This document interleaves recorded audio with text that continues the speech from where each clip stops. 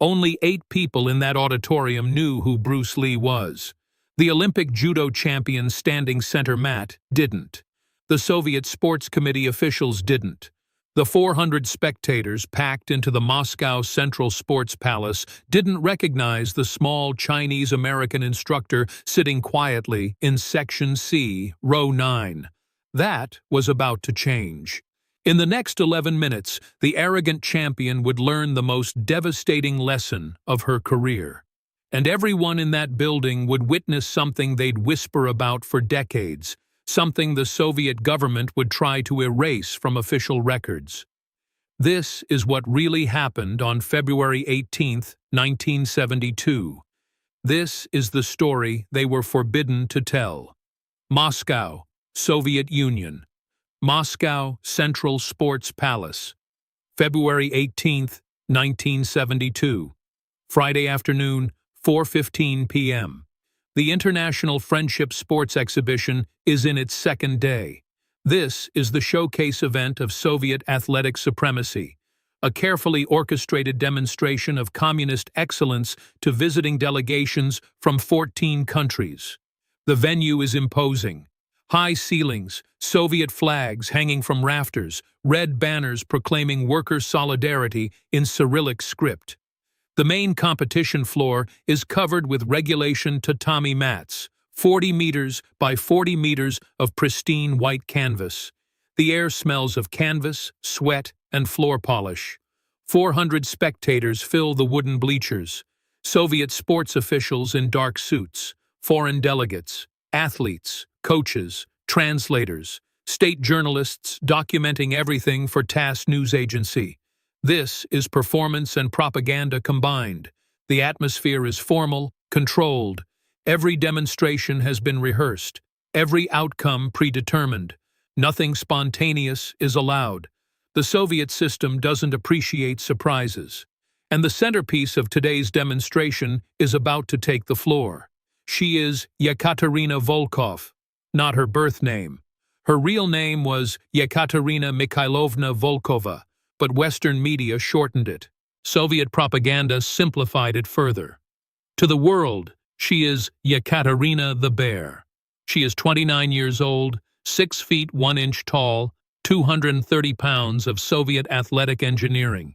She's been training since age 7, 22 years of systematic development under state supervision.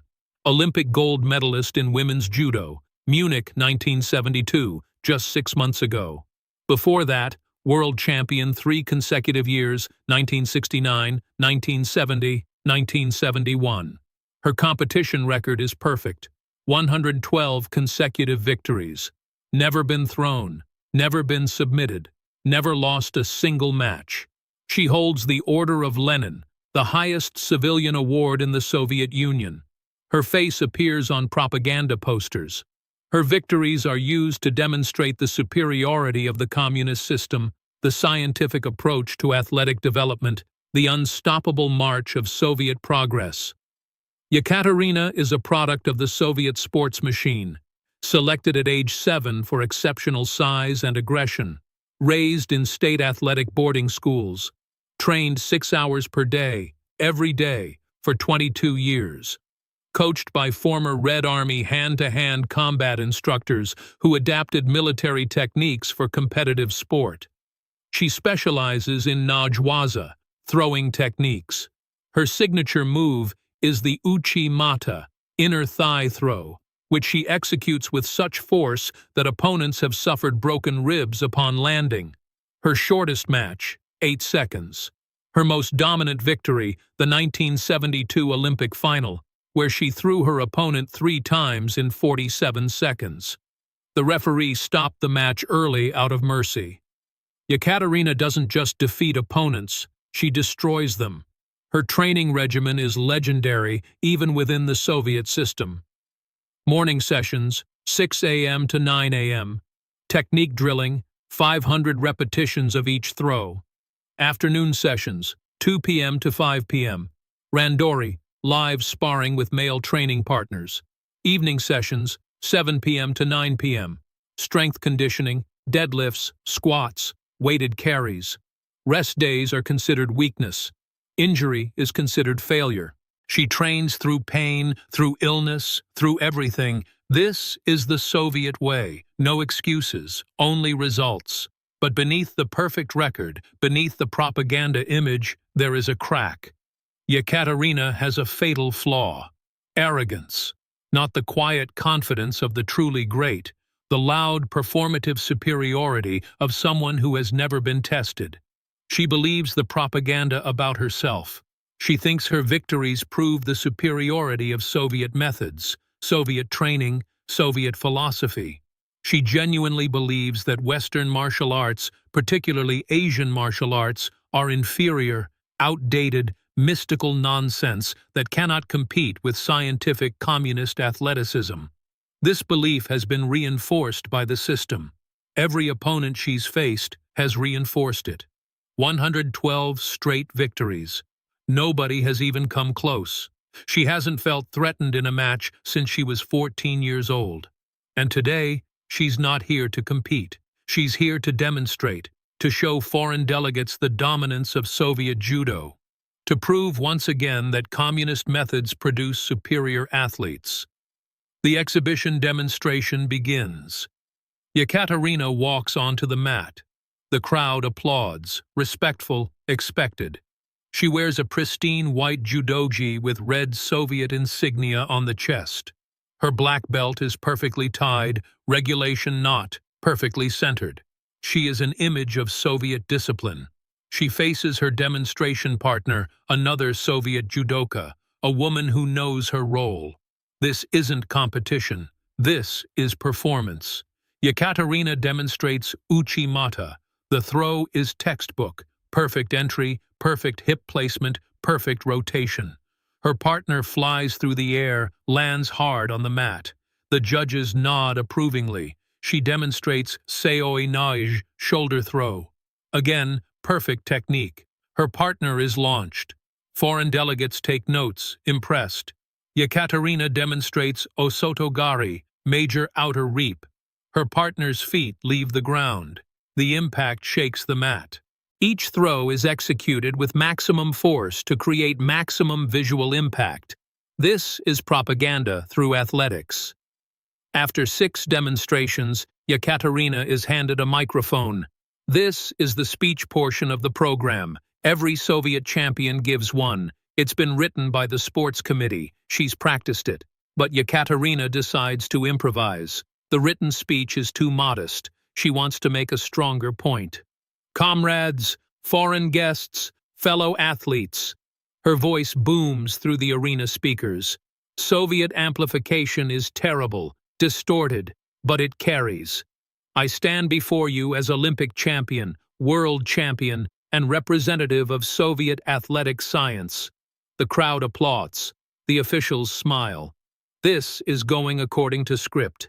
For 22 years, I have trained under the Soviet system. Scientific methods, systematic development, ideological discipline. The results speak for themselves. 112 victories, never defeated. The audience applauds again. But some in the crowd shift uncomfortably. This is getting boastful. Soviet doctrine preaches collective achievement, not individual glory. Yekaterina doesn't notice. The Soviet system has proven that proper training, proper methods, proper discipline produces results that mystical approaches cannot match. Now she's veering off script. The officials look at each other. Where is this going? I have studied the martial arts of other nations. I have analyzed their techniques, their philosophies, their approaches. Respectfully, I must conclude that many of these traditional systems are based on outdated concepts, theatrical performance, and unscientific methodology. The crowd is silent now. This is controversial. Diplomats are frowning. The sports committee chairman is making a note. Take, for example, the so-called internal martial arts of China. Tai Chi, Wing Chun, these systems that claim to use minimal force against maximum force, that claim technique can overcome size and strength. This is fantasy. This is movie magic. This is not reality. In the crowd, a small man in a dark jacket sits perfectly still. His companion, a Soviet martial arts instructor who invited him, whispers urgently in Russian, "We should leave. This is becoming inappropriate." The small man shakes his head slightly. "Keep watching." Yekaterina continues, "I have seen films of these kung fu demonstrations, very impressive for cinema, very beautiful to watch. But in real competition, against real opponents with real training, these theatrical techniques would fail. Size matters, strength matters, systematic training under scientific principles matters." The crowd is deeply uncomfortable now. This is insulting to the Chinese delegation sitting in Section B. This violates the entire spirit of the friendship exhibition. But Yekaterina is committed now. Her pride has taken control. If there is any practitioner of these traditional Chinese martial arts here today, I would welcome a demonstration. Show us how your mystical internal power works against Olympic-level judo. Show us how technique defeats 230 pounds of trained strength. Silence. Nobody moves. The officials are panicking. This wasn't in the program. This could create an international incident. Yekaterina scans the crowd. She's expecting silence. She's expecting to prove her point through the absence of challengers. So she continues, "I thought not. These systems work very well against compliant partners in choreographed demonstrations, but against a real opponent, they are, I'll accept your challenge." The voice comes from Section C, Row 9. Calm, quiet, but it cuts through the arena. The microphone picks it up. Everyone hears. Yekaterina stops mid-sentence, looks toward the voice, can't see clearly past the lights. "Excuse me? I said I'll accept your challenge. I'll demonstrate how traditional Chinese martial arts work against Olympic judo." The small man in the dark jacket stands up. He's wearing casual clothes. Black pants, dark jacket, no uniform, no indication of martial arts rank or affiliation. He looks like a visiting instructor, not a competitor. Yekaterina squints toward the seats. "You practice Kung Fu?" "I practice Wing Chun and my own system, Jeet Kune Do." "Yes. And your name?" "Bruce Lee." Yekaterina has never heard the name. She doesn't watch American television. She doesn't follow Hong Kong cinema. She doesn't know about the Green Hornet. She doesn't know that this name carries weight in martial arts circles worldwide. To her, he's just another kung fu romantic claiming his mystical techniques are real. The 8 people in the audience who recognize the name sit up straight. This is about to become very interesting. One of them is Andrei Volkov, a Sambo instructor and underground martial arts scholar. He's the one sitting next to Bruce. He invited Bruce to this exhibition as his guest. Now he's realizing this was a mistake. He whispers in English, "You don't have to do this. This will cause problems." Bruce whispers back, "She challenged traditional Chinese martial arts publicly." I'm answering. Andre knows there's no stopping this now. On the mat, Yekaterina addresses the officials, the judges, the sports committee chairman sitting in the front row. "Comrade Chairman, this was not planned. This is not part of the program. Should we allow this?" The chairman is in an impossible position. If he says no, it looks like censorship, like the Soviet system is afraid. If he says yes, he has no control over what happens next. But the foreign delegates are watching.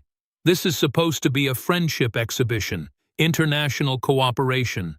He makes the only decision he can. If both parties agree to a friendly demonstration, no official judging, no competition, purely educational, we can allow it.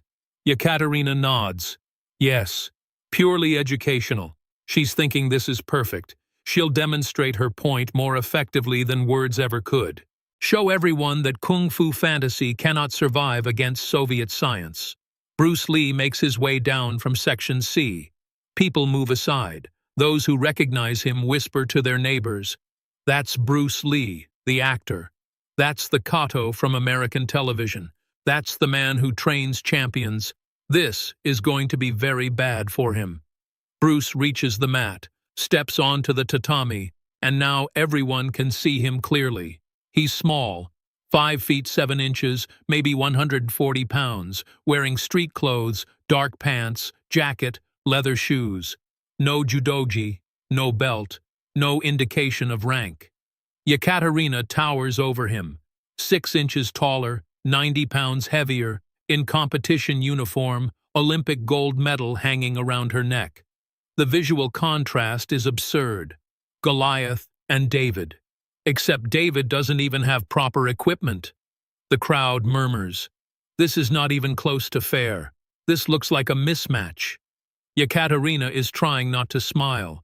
This is going to be easier than she thought.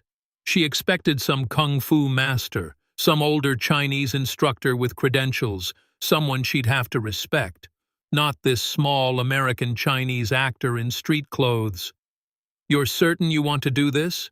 Yekaterina asks through the translator, offering him a way out, trying to appear magnanimous. "I'm certain," Bruce says calmly. The chairman addresses the crowd. For those who don't know, this is Bruce Lee. He's a martial arts instructor from the United States. He teaches Wing Chun and his own system, Jeet Kune Do. He's also appeared in American television. Some in the crowd nod. They've heard of him. Most haven't. The chairman continues. "This will be a friendly technical demonstration only. No competition, no scoring. We are showing different approaches to martial arts. Everyone understand?" Both Bruce and Yekaterina nod. But Yekaterina has already decided. She's going to press. She's going to demonstrate her point clearly. Show this actor what real training feels like. She won't injure him, but she'll make him look foolish. Prove that Kung Fu is performance art, not fighting art. They face each other on the mat. Yekaterina settles into jigotai, defensive judo stance. Wide base, low center of gravity, hands up ready to grip. Her stance is textbook perfect. Olympic level. She looks ready to throw a truck. Bruce stands naturally. No judo stance. Feet shoulder width, weight centered, hands up but relaxed, mobile.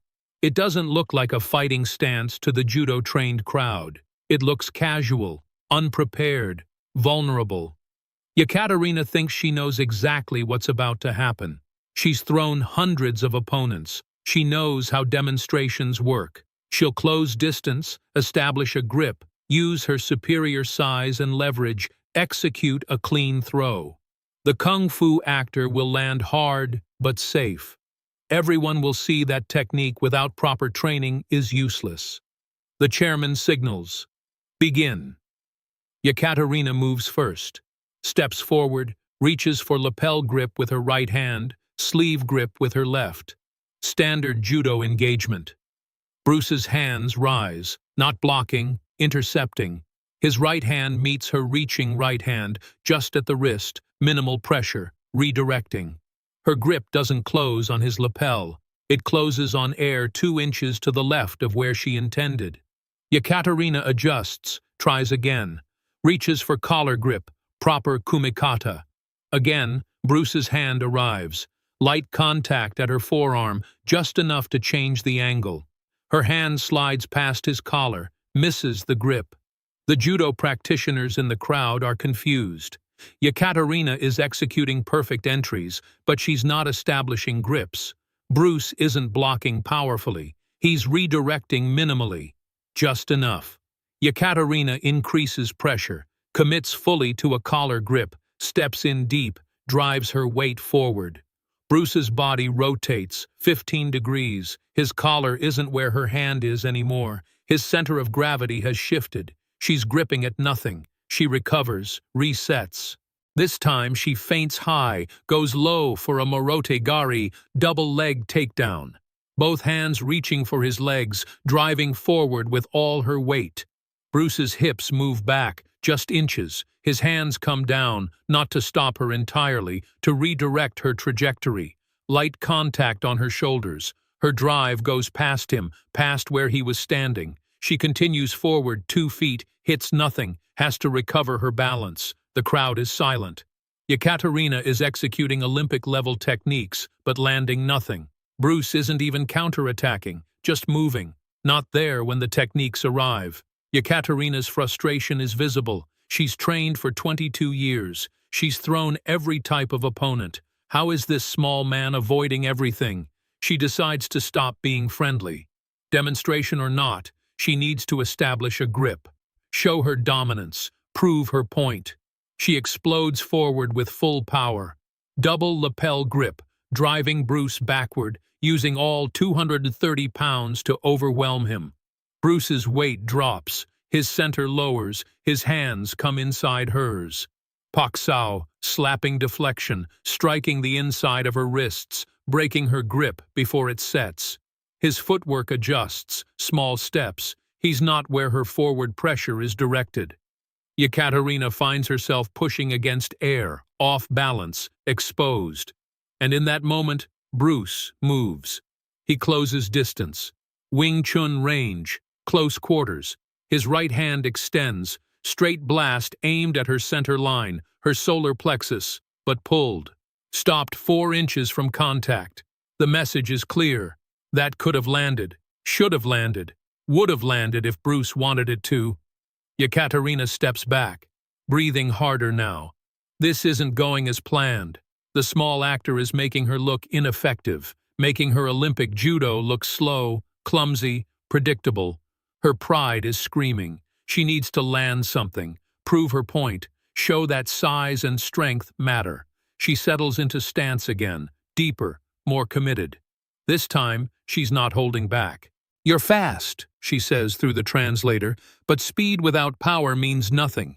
Let's see how you handle real force." Bruce says nothing, just waits, watches. Yekaterina launches the most powerful combination she knows. Uchigari, feint into Uchimata, inner thigh throw. The throw that won her Olympic gold. The throw she's executed 1,000 times. Her entry is perfect. Hip placement exact. Lifting force generated from her legs, her core, all 230 pounds of trained power driving upward and rotating. For any normal opponent, this is unstoppable. But Bruce isn't trying to stop it. He's moving with it. The moment he feels her hip contact, his weight shifts, his body rotates in the direction she's throwing, but faster than she's throwing. He's not resisting the throw. He's completing it before she can.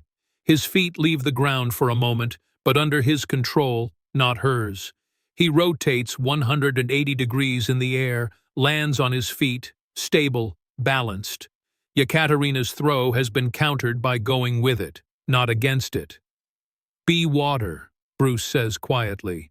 Only she can hear. When your opponent throws, flow with the throw. Don't resist the force. Redirect it. Yekaterina's face burns. That's impossible. That doesn't work. That's not how judo works. You can't just choose to not be thrown. But she just watched it happen. She just felt it happen. The crowd is absolutely silent. 400 people just watched Olympic judo made ineffective, watched 90 pounds of weight advantage neutralized, watched scientific Soviet training methods countered by something they don't understand. Yekaterina is breathing heavily now. Her perfect record, her 112 consecutive victories, her Olympic gold medal, everything she's built her identity on is being questioned by this small man who moves like water. She needs to prove herself. Now, she attacks with everything, every throw in her arsenal. Osotogari, major outer reap. Seoi nage, shoulder throw. Harai goshi, sweeping hip throw. Combinations, feints, counters. Everything she learned in 22 years of training. 6 hours a day, every technique she's mastered. Bruce flows through it all. Under her grips, outside her throws, away from her sweeps. His hands make light contact, just enough to redirect, to change angles, to show he could stop her if he wanted, to demonstrate control, to prove a point. The audience is mesmerized. They came to watch Soviet dominance. They're watching something else entirely. A different understanding of martial arts, different philosophy, different movement, different truth. After 45 seconds of Yekaterina's onslaught, Bruce decides to end it. Yekaterina throws one final uchimata, the throw she's most confident in, the throw that's never failed her. Her hip drives in. Her lifting force commits. She's throwing with everything she has. Bruce steps in, inside the arc of the throw, where the technique has no mechanical advantage. His left hand controls her right sleeve at the elbow. His right hand rises to her collar, grip established. And in one smooth motion, he executes a technique that isn't in any judo manual. A Wing Chun entry adapted to throwing range. He doesn't use her momentum against her. He doesn't resist her force. He simply takes her balance by controlling her center line while she's committed to her throw. Yekaterina feels her weight shift, feels her balance disappear, feels herself being controlled by someone 90 pounds lighter. Bruce guides her down to the mat. Not a throw, not a violent takedown, a controlled descent. She lands on her back, safe, unharmed, but completely dominated. Bruce's hand is at her throat, extended, perfectly placed, 2 inches from contact. In judo, this would be nothing. No choke established, no submission. But in real combat, that hand position is death. Yekaterina knows it. Everyone knows it. Bruce holds the position for 4 seconds, long enough for every person in the arena to see, long enough for the sports committee chairman to understand, long enough for the photographers to capture, long enough for the lesson to register. Then Bruce releases, steps back, extends his hand to help Yekaterina stand. The silence in the Moscow Central Sports Palace is absolute. 400 people just watched the impossible, watched Kung Fu work against Olympic Judo, watched a 140-pound instructor control a 230-pound champion, watched theatrical technique prove more effective than scientific Soviet training. Everything they thought they knew about martial arts has been challenged. The chairman takes the microphone. His voice is carefully controlled. That was a very interesting demonstration of 2 different philosophical approaches to martial arts. Let's give both participants our appreciation. The audience erupts. Not polite communist applause, genuine shock and amazement. They just witnessed something that shouldn't be possible, something the official record will never acknowledge. Yekaterina stands slowly. Her pride is shattered. Her worldview is demolished, but her integrity remains. She bows, deep, respectful, the bow of a student to a teacher. She extends her hand to Bruce. In Russian, translated by Andrei, she says, "I was wrong. I underestimated you. I underestimated your art." Bruce shakes her hand. "You have excellent technique, excellent power, excellent training. But technique alone isn't enough. You have to understand the principles behind the techniques." "What do you mean?" "You've been trained to use strength against weakness, force against force. Your judo is perfect within its rules, within its context. But real combat has no rules, no referee, no tatami mat. You need to adapt to what is, not what you've practiced." This is the first time in Yekaterina's life someone has spoken to her this way, not praising her victories, not celebrating her dominance, teaching her. The crowd is straining to hear. Andrei is translating quietly. The chairman makes a decision. "Mr. Lee, would you be willing to share more with our athletes? Perhaps a short explanation of your principles?" Bruce looks at Andrei. Andrei nods. This is unprecedented, but the chairman is giving permission. "All right," Bruce says. "I'll show you what I mean." For the next 12 minutes, Bruce Lee gives an unscheduled demonstration on the Moscow Central Sports Palace mat. He explains Wing Chun principles, economy of motion, centerline theory, simultaneous attack and defense. He demonstrates Chi Sao, sticking hands, shows how it develops sensitivity faster than repetitive drilling. He explains Jeet Kune Do philosophy, using no way as way, having no limitation as limitation. He demonstrates on volunteers from the crowd, Soviet judoka, sambo practitioners, Wrestlers. Shows how classical styles have limitations, how traditional stances reduce mobility, how rigid techniques become predictable, how following only one system's rules makes you vulnerable outside those rules.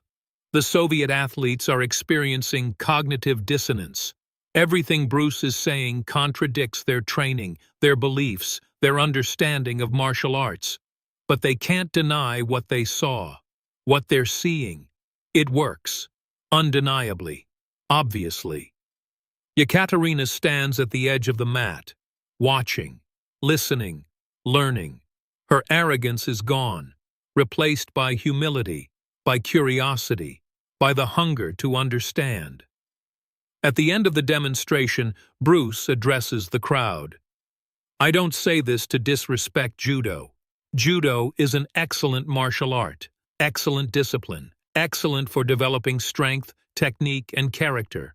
But if you want to be effective in real situations, you must go beyond style, beyond system, beyond what you've been taught to do.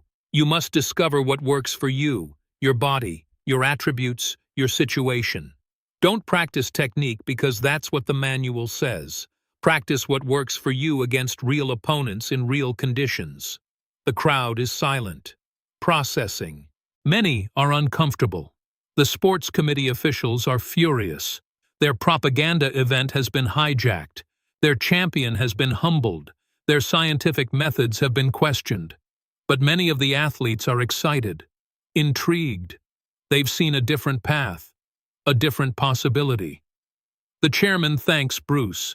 The demonstration ends. Bruce returns to his seat next to Andre. Andre is pale.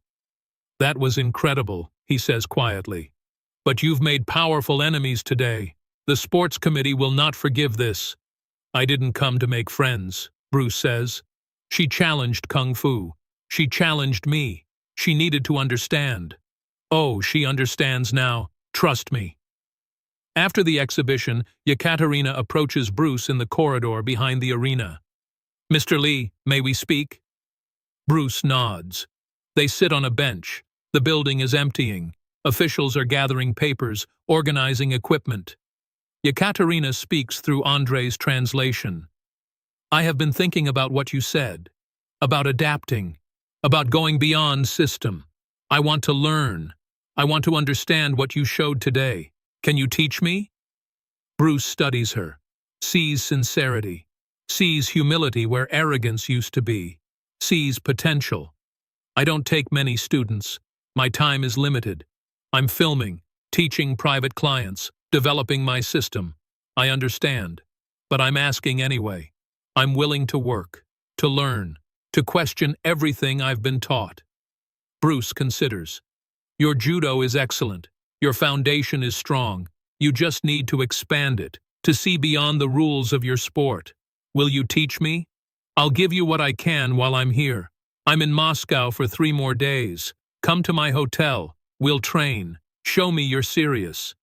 Yekaterina shows up the next morning, and the morning after that, and the morning after that. For 3 days, she trains with Bruce Lee, learning Wing Chun sensitivity drills, learning Jeet Kune Do principles, unlearning the limitations of sport judo. She continues competing, wins her next 23 matches, retires in 1973 with a final record of 135-0-1. That one loss that doesn't appear in any record book. That one defeat that was officially a friendly demonstration. That one moment when Olympic gold meant nothing. After retirement, she becomes a coach. Teaches a modified form of judo that incorporates adaptation, sensitivity, and Bruce Lee's principles of formless form. She never speaks publicly about February 18, 1972. The Soviet Sports Committee forbids it. No official record exists. No photographs were released. TASS never reported it. But the athletes who were there, they told everyone. The story spread through underground martial arts networks. Soviet Sambo practitioners whispered about it. Foreign delegates returned to their countries with the tale. Some dismissed it. Propaganda, exaggeration, anti-Soviet fantasy. But those who were there knew the truth. 400 witnesses. 8 who knew who Bruce Lee was before he stood up. 1 who learned the hardest lesson of her career. And 1 who taught that the deadliest opponent is the one who has no style, no system, no limitation. February 18, 1972. Moscow Central Sports Palace. The day Olympic gold met empty hand. The day Soviet science met ancient wisdom. The day 230 pounds of trained power learned that water defeats stone. The story the Soviet Union tried to erase. The lesson that couldn't be forgotten.